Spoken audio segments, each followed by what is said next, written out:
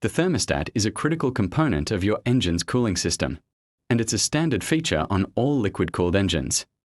Its main job is to help the engine heat up quickly from a cold start and maintain its optimal operating temperature, depending on the vehicle's design. The thermostat can be located either at the cylinder blocks, coolant inlet, or its coolant outlet. When the engine is cold, the thermostat stays closed, completely shutting off the flow to the radiator. This is known as the short circuit.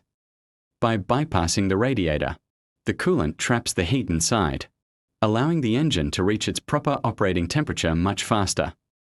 Once the coolant reaches its designated temperature, typically around 82 degrees Celsius or 180 degrees Fahrenheit, the valve progressively starts to open.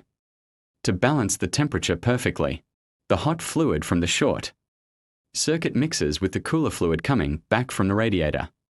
If the temperature keeps rising and hits about 93 degrees Celsius, the thermostat opens fully, forcing all the coolant through the radiator for maximum cooling. But how does it handle this without electronics? The secret lies in a small cylinder filled with a specialized thermal expansion wax.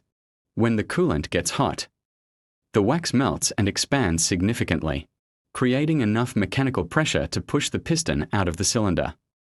As the piston pushes against the stationary frame, it forces the entire valve assembly to shift open, allowing the coolant to pass. When the fluid cools down, the wax solidifies again, and a heavy return spring instantly forces the valve back into its closed position.